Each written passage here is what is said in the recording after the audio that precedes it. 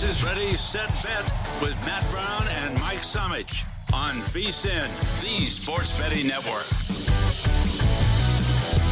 Hour number 2, Ready, Set, Bet here on VSiN, the Sports Betting Network. Matt Brown, Mike Somich coming to you live from Las Vegas here at the largest sports book in the world, Circa Resort and Casino, in which, we had a couple of different things not go our way here. We got some baseball bets that were sweating. It looked to me like the Mets were just about to make this just a jelly splatter. They were just going to drop the jar of jelly. It was going to be disgusting and nasty everywhere. They had 2 on, no out against the Cardinals, only can scrape across 1 run. And we said, hey, listen, Andrew Heaney, good Andrew Heaney's good, bad Andrew Heaney could be bad. 2-0 top of the second inning, San Diego over Pittsburgh, in which Heaney's finding a little bit too much of the plate. Yeah, he is getting banged up a little bit. We talked about how the back half of this offensive lineup for the Padres not very good. Well, the 9-hitter hit a home run. So that tells you about how it's going right now for Andrew Heaney. Hopefully the offense can get it going. Just need him to tie the game by the end of the 5th inning. Yeah, we got a 1-0 lead early there. Royals on the Orioles. And let's see, 1-0 Twins over the Red Sox there in that one. And rain delay still going there over in New York with that Rays and Yankees game. We're in the bottom of the second, nothing going with the Guardians and Blue Jays quite yet. Top of the second, nothing going on with the A's and the Marlins. There was a tarp on the field in Philadelphia, but it looks like they have pulled it. So I guess they are going to at least try to get this thing going on time. There was some rain in the area. I guess they were just trying to keep the field in nice shape, and they're going to at least roll the dice here, Mike. I thought maybe they would delay the start of this one to make sure everything cleared out, but from what I'm reading on the Twitter machine, they're probably going to go for it here in Philly. Which it's always an interesting decision, right? Because you mentioned it, you see these starters come out of these games very early, especially during rain delay. So if they throw 2 innings and then the rain comes and they have to delay this thing, all of a sudden it turns into a bullpen game for both of these teams. So always dicey when you're trying to figure out what you want to do there. Suarez's first start of the season, going to be interested to see what we get from him in this spot. It made it very difficult to bet this game for me when you combine the weather and the first start for Suarez. Yeah, that's why I almost thought about betting the over in this thing. The problem is just the humidity is not going to help us a ton here with all that rain in the area. But man, the wind is blowing out to left center, like 11 miles an hour. Could be little jitters there for Suarez. He's not finding the plate very well. Rodriguez likes to blow we up. know. Yeah, I was going to say, we know Erod can certainly blow up if given the opportunity as well. Yeah, I thought about the over there, and that one I just didn't think they would. I thought there was a chance that maybe they weren't going to play it, or maybe that it would be delayed, and so it didn't get in the account. But maybe that's a look here before this thing gets going. But you do have a few minutes until that one gets started.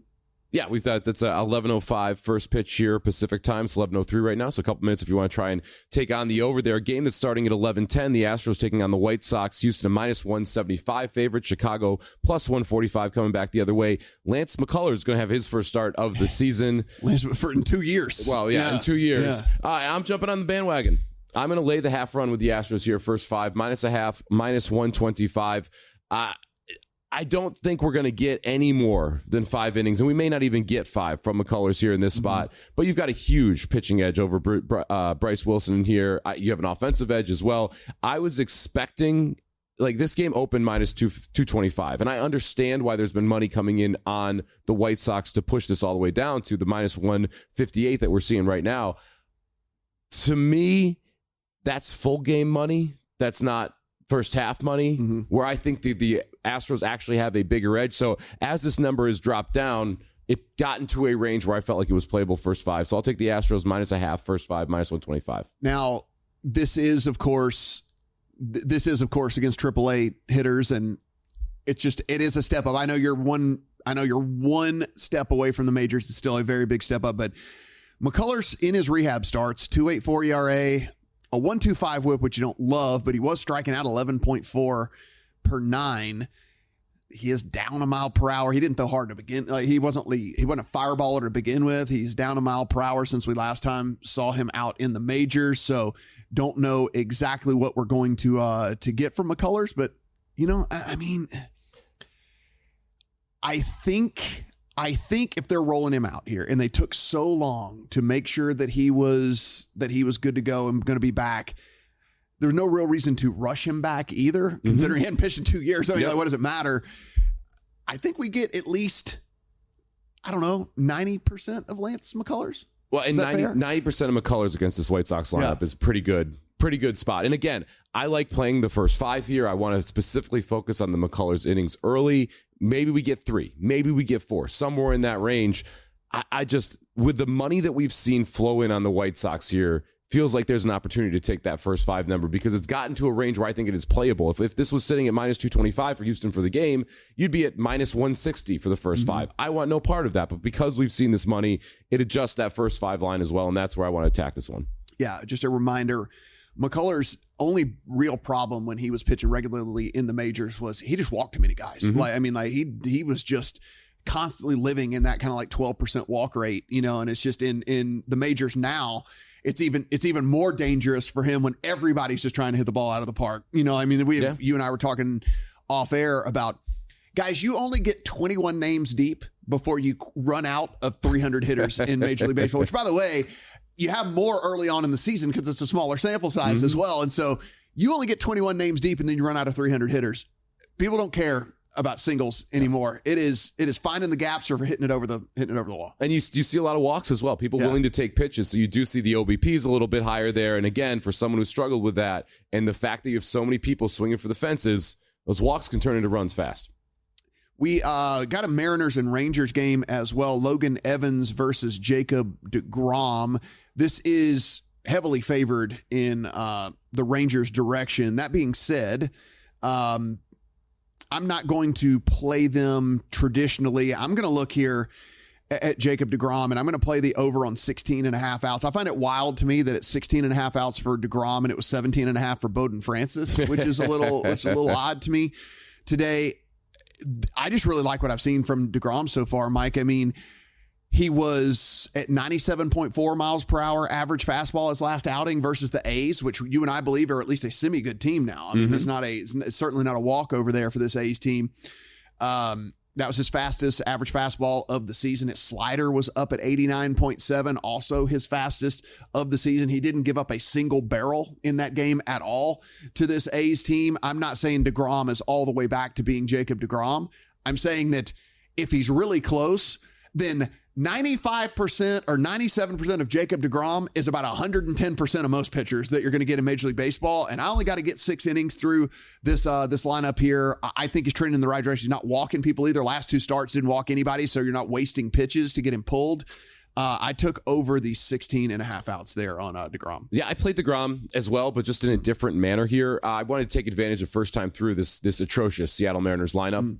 You can get under a half run in the first 3 innings for the Mariners at plus 100. So 3 clean innings from deGrom. That's what we're looking for early in the start. You mentioned how good he has been.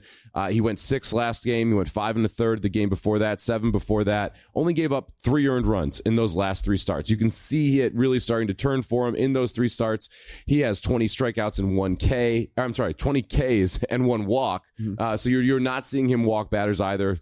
Big plus for deGrom as we've seen his numbers come down or his ERA come down here. So I'm going to take deGrom to be able to handle the Mariners here in the first 3. Under a half run, first 3 for the team total for Seattle, plus 100. Yeah, and here's the thing for me is I'm going to ride him while he's healthy, right? I mean, so if the assumption here is entering the season, well, you can't trust this team because you don't know how many starts you're going to get out of deGrom, or you can't this, that, you can't. Okay, well, he's healthy now. Today. Yeah, he's healthy now. He is going to start today. Now, he could leave the start with some sort of injury. I can't predict that, but he's healthy now. He seems to be trending in the right direction, and he's going to start today.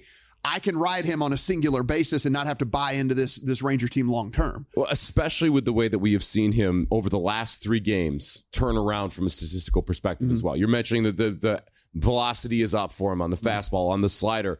The Ks are up, the walks are down. There's a lot of positive trends that we're seeing right now with deGrom on the mound. Yeah, it's and honestly, man, I love watching him when he's right. Oh, it's so fun. Just like.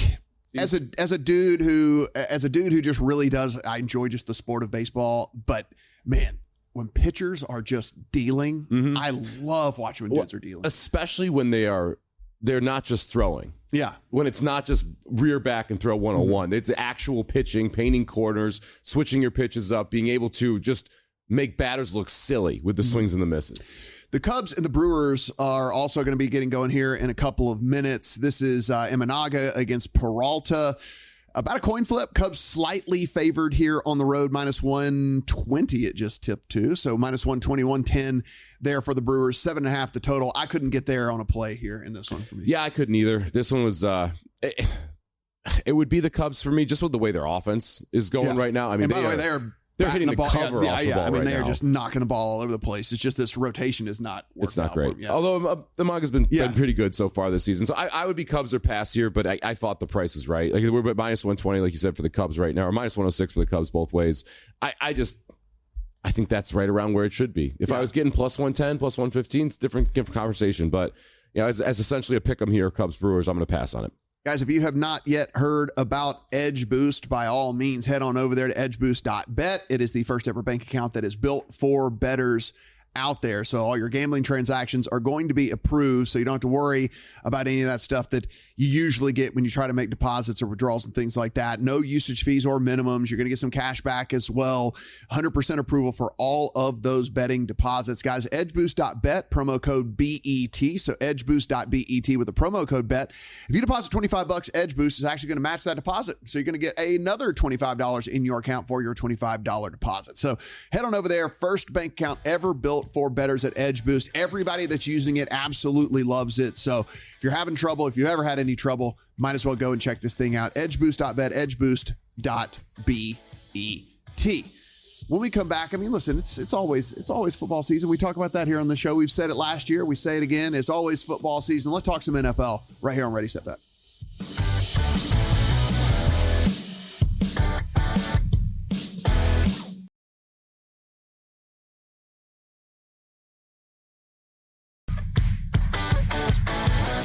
Welcome back to Ready, Set, Bet with Matt Brown and Mike Somich on VSiN, the Sports Betting Network.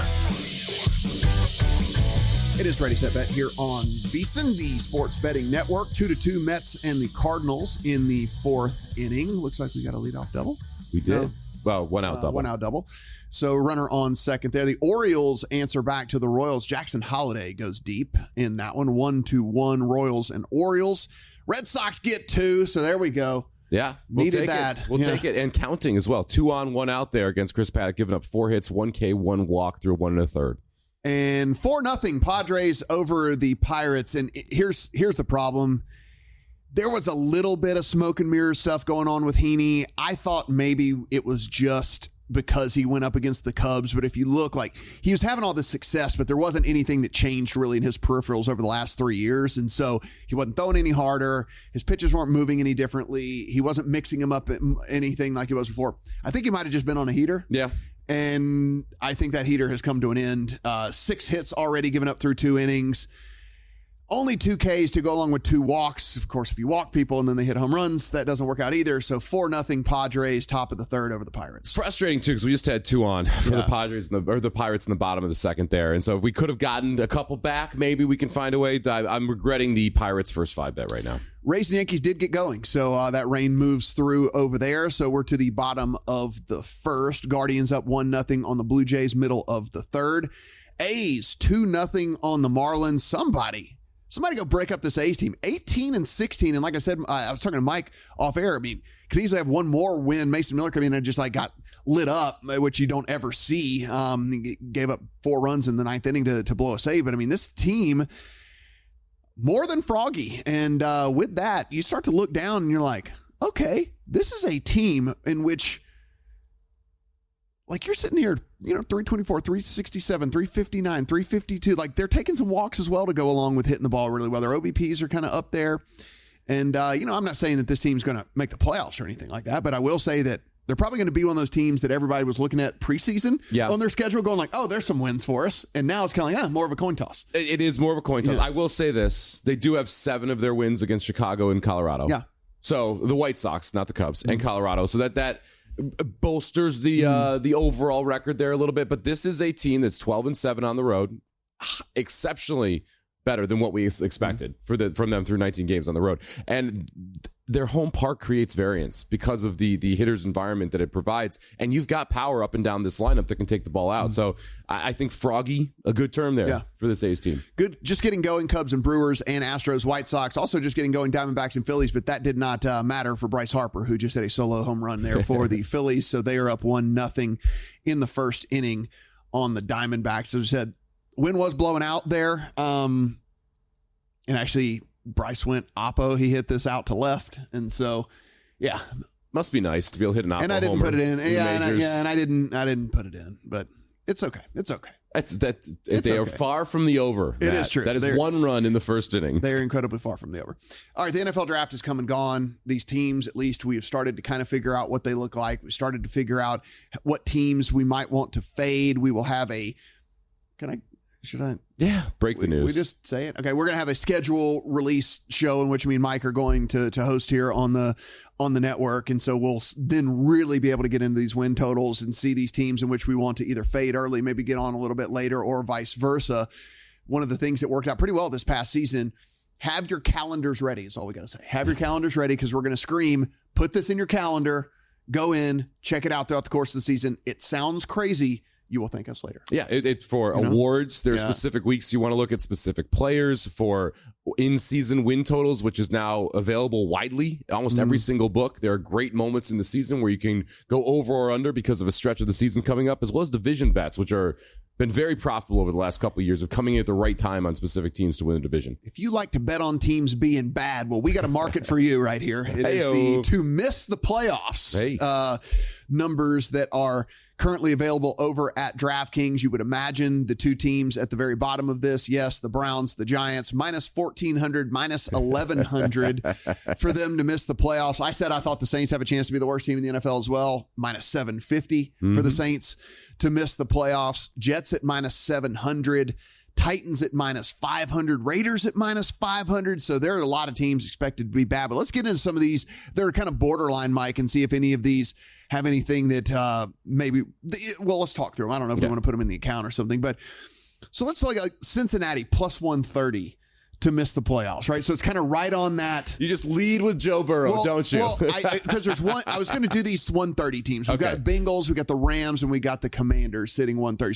So you're getting plus money on them to miss the playoffs, but you go in. Yeah, the Browns will be bad, but you do have two other teams that are good in that division with Cincinnati. The Rams, while you and I think are on the same page, that the Rams are kind of on the up and up. Certainly no cakewalk. They're going to win that division for them to make the playoffs, and then the Commanders at plus 130. Yeah, we know the run that they went on last year, but can that be duplicated? So what about these three 130 teams here to miss the playoffs? Of the three of them, I would go Commanders. They won so many close games, so many one-score games last year, specifically down the stretch. You now have a full season of what we expect from Daniels there in that offense. You're going to be able to see teams try to adjust to that during the offseason. We've seen Cliff Kingsbury regress offensively in season. Now you've got a full year of tape with what he wants to do with Daniels in that offense. I still don't think the defense is very good. I still think you have issues in the playmaker perspective, just outside of Terry McLaurin. There you go. I haven't had to say his name in forever. Yes. So of those three teams, it would be the Commanders. I don't love any of them, to be fair. I think the Rams win that division, so I'm definitely not picking the Rams. And the Bengals defense is terrible, though. Yeah. It would be between the Bengals and Commanders. I would lean Commanders. Yeah, I think Jaden Daniels is good. Like, I really do. And I really like what they did in the offseason, but it doesn't always just come together on the field, right? So, I don't know. That one's super interesting to me. I think my favorite is the 49ers at plus 165. Yeah. I am still of the mindset that Purdy might just be average. He might just be middle of the pack, which is fine, but that leaves a whole lot open, Well, and what are we going to get from this offensive line? What are we going to get from Run CMC? Like, what is this offense going to look like without Ayuk? There's just a lot of question marks that you have. I'm sorry, without Debo, there's a lot of question marks that you have here with the offense. I think the offensive line is going to be bad. I'm not sure what we're going to get from the skill positions. This division got a lot tougher. Like Arizona, you mentioned the Athletics are froggy. Arizona, the Cardinals, they're froggy, man. Yeah. They're gonna jump up and catch some people by surprise. I think Seattle is better. I think that the Rams are a lot better. Like this is a tough division now for them. They're a team that I like under 10.5. Missed the playoffs. I think all of those make sense.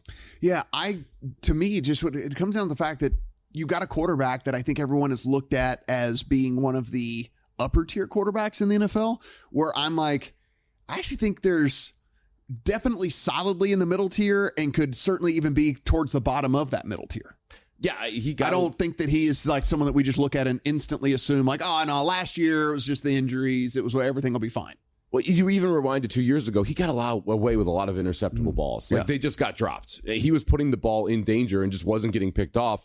That doesn't always work out for you. And this is not an offense that is built to just be able to put up points after points after points. You need to take care of the football to be able to win games. And again, the division is a lot better for San Francisco. Like your Seattle is going to be pretty good. I think Sam Darnold fits with what they're trying to do up there. You've got Arizona that's going to be much better. And I think the Rams are improved. Like the only team that took a step back this offseason in this division was the 49ers. Yeah, in my opinion as well. So the Bills are plus 500. You're going to get 5-1 for the Bills to miss the playoffs. The Ravens, you're nearly getting 4-1 at plus 390. The Eagles, you're getting 3-1 on them to miss the playoffs. Chiefs at plus 290. Of the four that are, above, because the next it drops all the way to 185 with the Lions. So of those four at the top, it's the Chiefs, right? It's the Chiefs, right? Yeah, it is. It's the Chiefs. Yeah. I was going to say the Chiefs if you gave me the option there. Again, that division's better. Yeah. Denver's going to be better. The Chargers are going to be better. The Raiders are going to be better. Denver might win that division. You have question marks from a skill position perspective with this Chiefs team. You have offensive line question marks still with this Chiefs team. Of those four, I think you have to say the Chiefs at plus 290. A year older for Kelsey. The whole, the wide receiver room is a mess. Yeah. With everything that's going on from a legal perspective, but we'll see what happens here with this Chiefs team. But yes, of those four, I think they are clearly the most likely that has an opportunity to miss the playoffs. I think they make the playoffs. Yeah, I'm not betting this, but of those four, they are the one that you have to pick. It's the deal too, where I think you look at the Raiders and it's like, the Raiders, they're not going to win the division, but with at least a serviceable quarterback, it changes the landscape of every team if you at least have a serviceable quarterback, right? They could have beaten the Chiefs last year. They did beat the Chiefs the year before that. They're now a better football team. Like the Chargers also are a lot better now. This is not a pushover division when you're looking at what the Chiefs have to do in the AFC West. Guys, we talk about it all the time, why you should come visit us over here. Well, Derek has given you an even better reason. $400 all in. Yes, not going to cost you a penny more than $400 for a 2-night stay, $100 dining credit, $100 beverage credit, and a daybed upstairs at Stadium Swim. What are you waiting on? CircusLasVegas.com right now through September the 4th.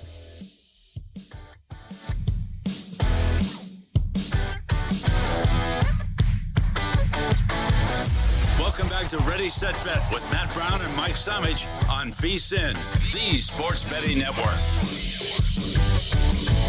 Ready, Set, Bet here on VSiN. Matt Brown, Mike Somich, as I hate myself for not just doing the game over. I talked you through it, so maybe you chose to go the game over as opposed to just the team total over for the Mets, but the Cardinals are piling it on. 4-2 now, still got 2 runners on, 6 total runs in this one, and only in the bottom of the 4th inning. Just 2 for your Mets, though. We need more Mets runs. Just 2 for the Mets. We're not getting the Mets runs. It's okay. It's okay. Plenty of time, as they say, right? Plenty of time. Plenty of time. We got a big at-bat in the Blue Jays-Guardians game as well. Got the over 8 there. Bases are loaded with 2 outs. Springer up. Would like to get at least 1 home here for the Blue Jays. Yeah, that would be good. Still 1-1 Royals and Orioles, 2-1 Sox and the Twins. Still 4-0 Pods and Pirates, 0-0 Rays and Yanks, 1-0 Guardians, Blue Jays, 2-0 A's and Marlins, 1-0 Phillies and the Diamondbacks. So everything other than this Mets and Cardinals game, same score than when we got last updated you guys. So we'll see what can get going on here. Man, Heaney's just getting 7 hits already. He's giving we don't need to talk about it. Please don't need to talk about that. Just getting knocked all over the yard. Come on, man. What are you doing? I unfortunately do have him on my fantasy team. I had no choice. I have so many injuries that I had to put him in the lineup. I tried to get him, and I lost him in my fab. Good for you. Positive. Good for you. Sometimes whatever the best, the best things are the things you don't get, whatever it is, however they say it. Now joining us here on the Progressive Guest Line, how about a turn for us here, Mike? Talk some F1. I thought you were going to make a turn joke Rod there. Villagomez. Oh yeah, I could have made a turn joke there for sure. F1 Gambling Podcast goes over on the Sports Gambling Podcast Network. Rod, how you doing, man? I'm doing outstanding. It's a full day of racing too, not just F1. There's IndyCar, there's NASCAR. Like this is a racer's dream, or at least a race fan's dream today. Yeah, it is. I do need someone to. I need someone to hear this, not just us. That you said you've been doing some other writing outside of F1 as well. What exactly is that writing you've been doing? So I have my own site. It's called So You Like Sports, and I've been covering everything from the Premier Darts League to German handball to like whatever's up and down the books that's there that people offer odds on. I've been dabbling here, so it's it's been pretty crazy lately here. Who is the best German handballer out there?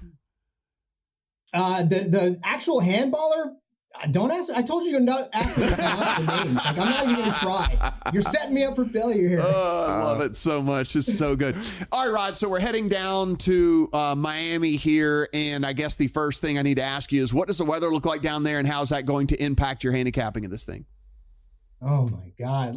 Leave it to a race to actually have rain in it. NASCAR, F1, doesn't matter. If you want rain in your area, schedule a race there. We're looking at about 60%, I suppose, as what they're looking at right now around race time. Probably about an hour into race time. What does that do to the race?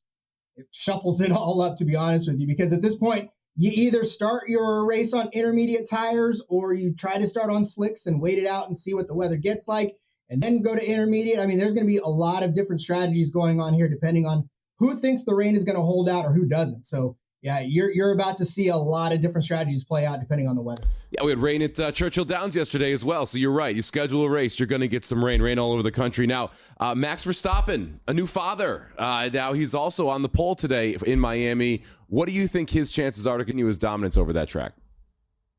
Well, I tell you, the racers and their baby bumps. That's the thing about it. If you look up and down, I mean, you want rain, schedule a race. You want a baby, win race. I don't know. It's incredible. But for Max, the thing about Max, though, is that he has suffered so much this season of just not finishing where he wants to finish. His teammates haven't been where he needs them to be. So for him to be on this kind of a roll, I don't think you want to let Max get on a heater like this. And to be honest with you, in America, right here in the United States, he's dominant. He's won 6 races so far, stateside, between Vegas, between Miami, between COTA. It's he and the United States, it's almost like a second home to him. So I think this is a pretty good shot for him, especially starting from the pole, because we know how dominant he can be from the pole. Of course, if weather plays a factor in this, I mean, we may see a little bit of a shakeup, but he's still pretty good regardless of what the weather is like out there.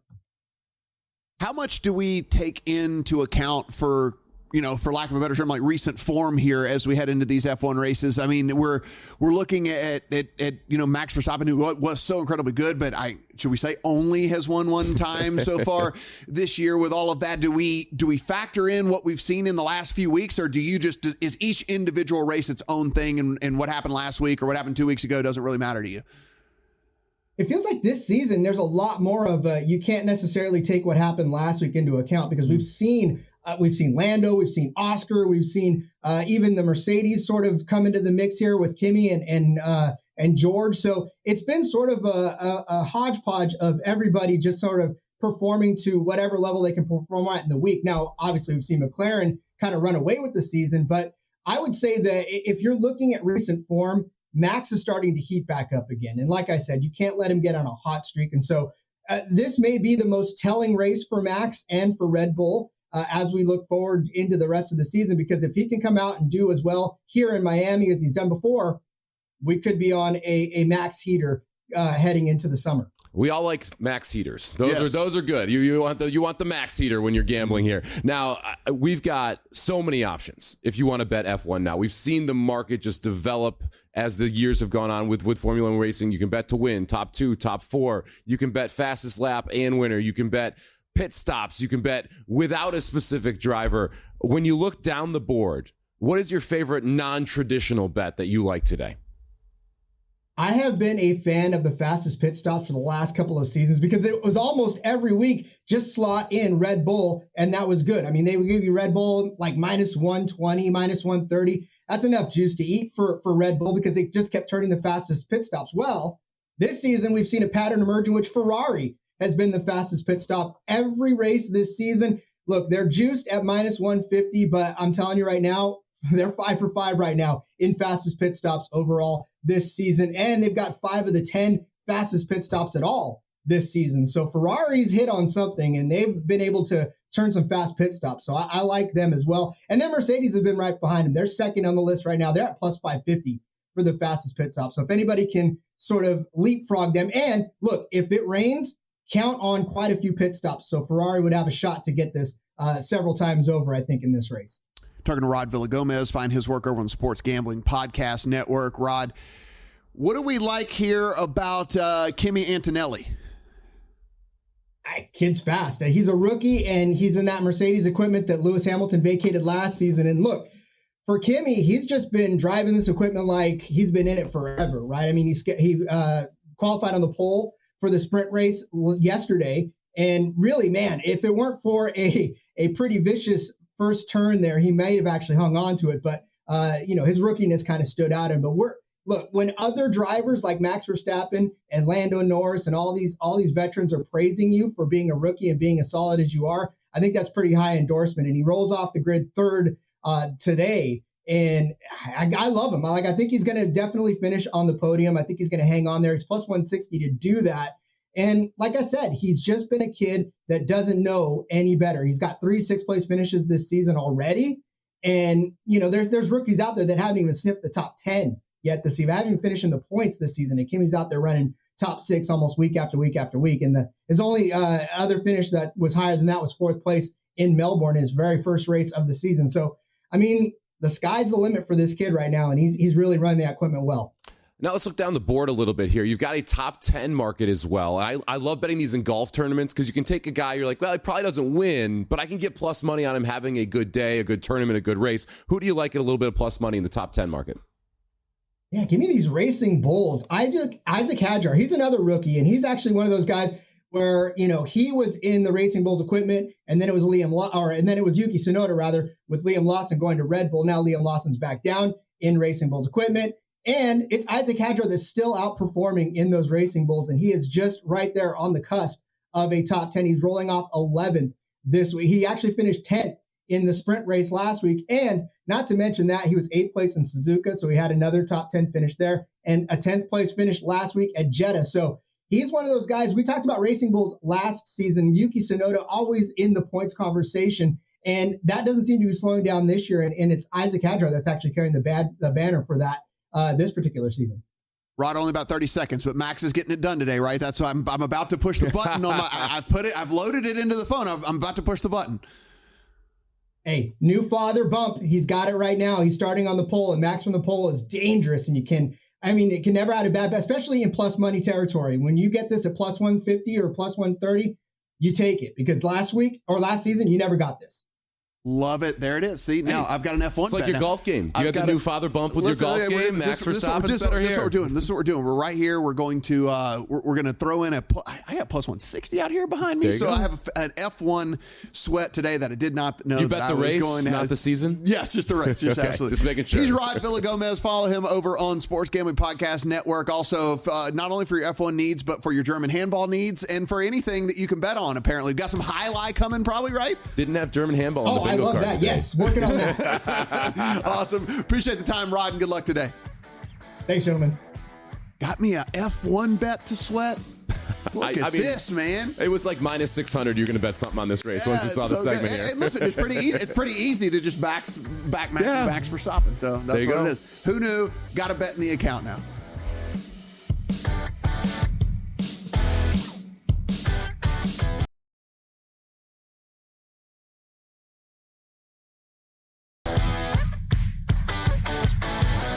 Welcome back to Ready, Set, Bet with Matt Brown and Mike Somich on VSiN, the Sports Betting Network.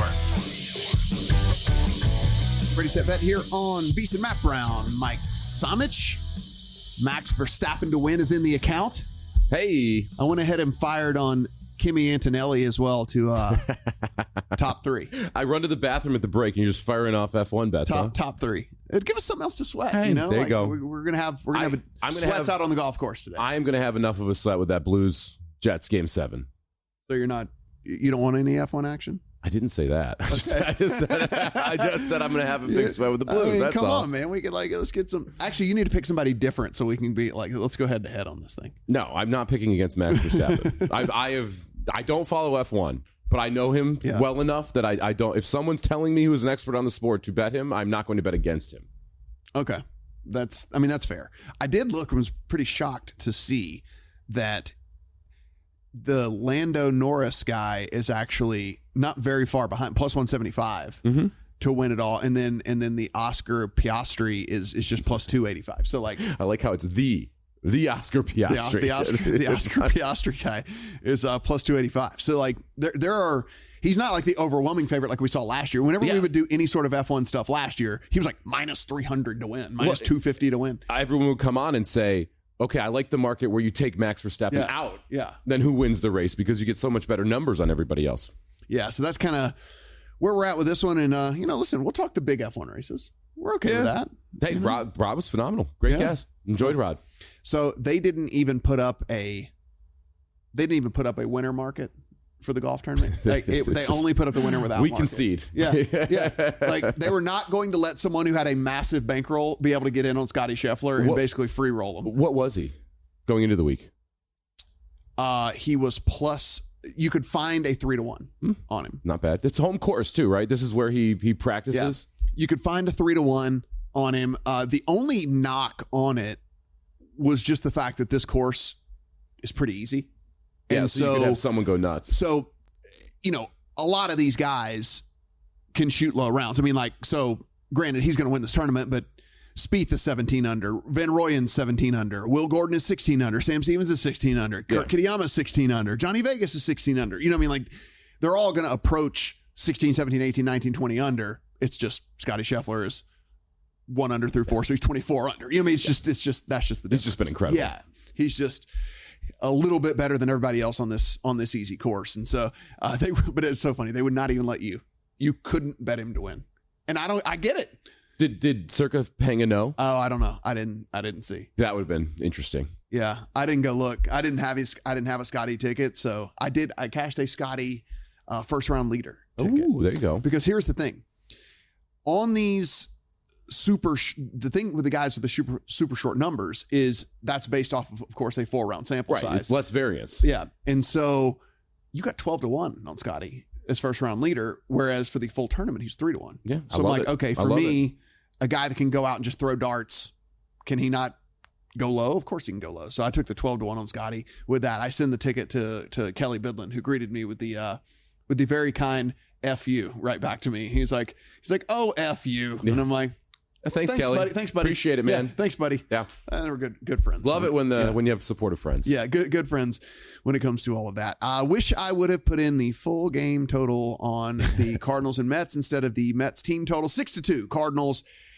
The variance of a guy with a high strikeout rate making his first start in the league scared me off a little bit, Mike, but he did not make it through the 5th inning. So here we are, 6-2, 9 hits already for this Cardinals team. So 8 runs in that one. That's not to say that this thing is going to get the additional 2 runs that you needed to get over this total, but big favorite. Favorite to get. It is a big favorite. You took the Mets team total over 4.5. They have 2 through 5. It's still in play. Yes. But it would be nice to already be sitting there saying, I just need 2 from anybody versus have to get 3 from the Mets. The Royals went and got 2 back in the top of the 4th against this Baltimore team, who is 13-19 on the season, despite having all of these players that they have, Mike. I mean, it is just something else. They don't have any pitching. They have none. Can we call them cooked? They have no pitching. Can we just yeah. They're not making win. They're not making the playoffs. No, and they are going to have to, unless ownership has this giant 180 and actually wants to trade away some of these prospects to get pitchers, then yeah, they're done. Because you can't get by with this pitching staff. I feel like we have been saying for, I don't know, 2 years that the O's should be calling the Mariners. Yeah. Or vice versa, guys. Either one. Either GM. Pick up the phone.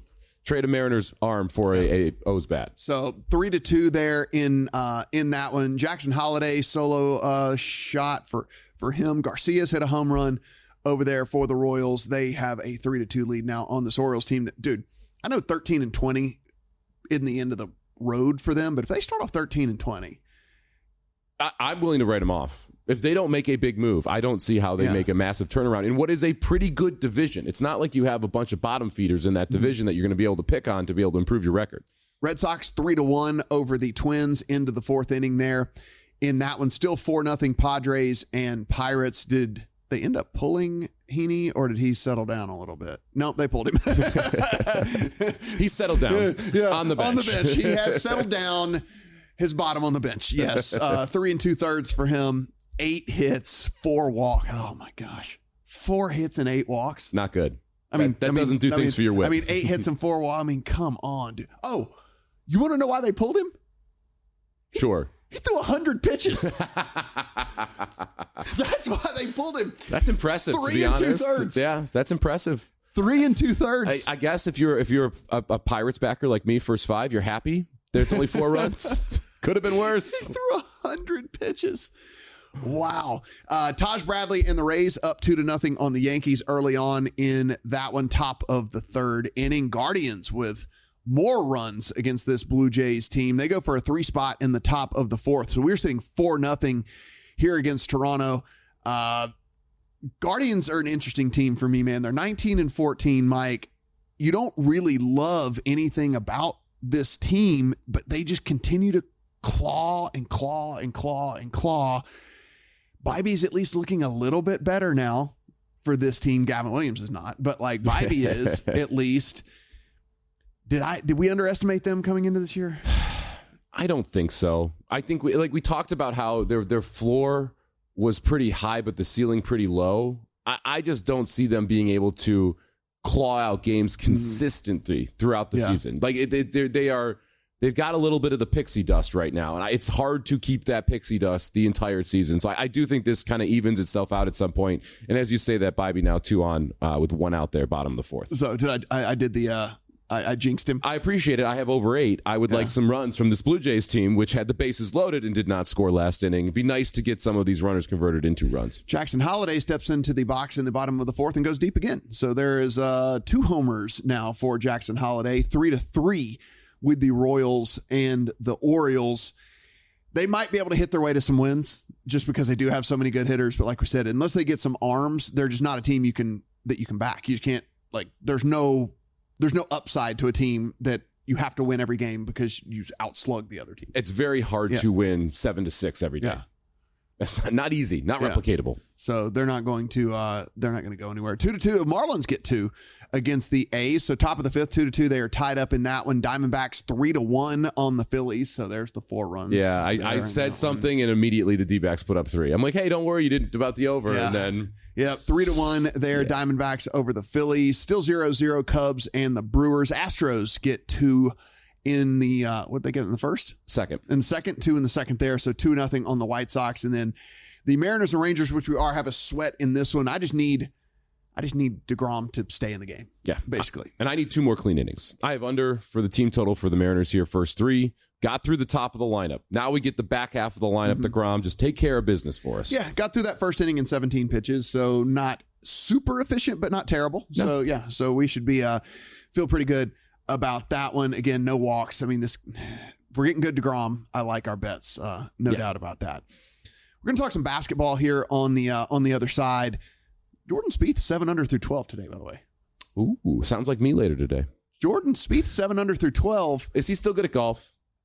I mean, he's 7 under through 12. Yeah, but it's an easy course. Overall, is he good at golf? Yeah. Yeah. It's just, I mean, he's like the best player I've ever seen if I saw him on the golf course, but PGA good. Yeah. I mean, he's still good. He's just not, he never turned the corner. No. I mean, he was supposed to be the dude. Yeah. He just never turned the corner. And with that, 700 through 12, he's moved himself into second place here in this. He's not going to catch Scotty, but no, he won't. Yeah. He's still 7 back. Think of this. He's still 7 back and he's in second place. Yeah. If he was 14 under through 12, he'd be tied for the lead. It's just so ridiculous with how good Scotty Scheffler is. Guys, we know you love the betting splits page over there. So go ahead. You can get started for as little as $9.99 for a VSiN Pro subscription. If you want to get first month, 30 days, give it a whirl. You get the DraftKings side of things. You get the Circa side of things. You can see where they match up and where they differ. I know you like to go in there. We don't say, hey, necessarily this is like where you go make bets, but this is certainly where you can do some tiebreakers and things like that and just get some interesting stuff as to how the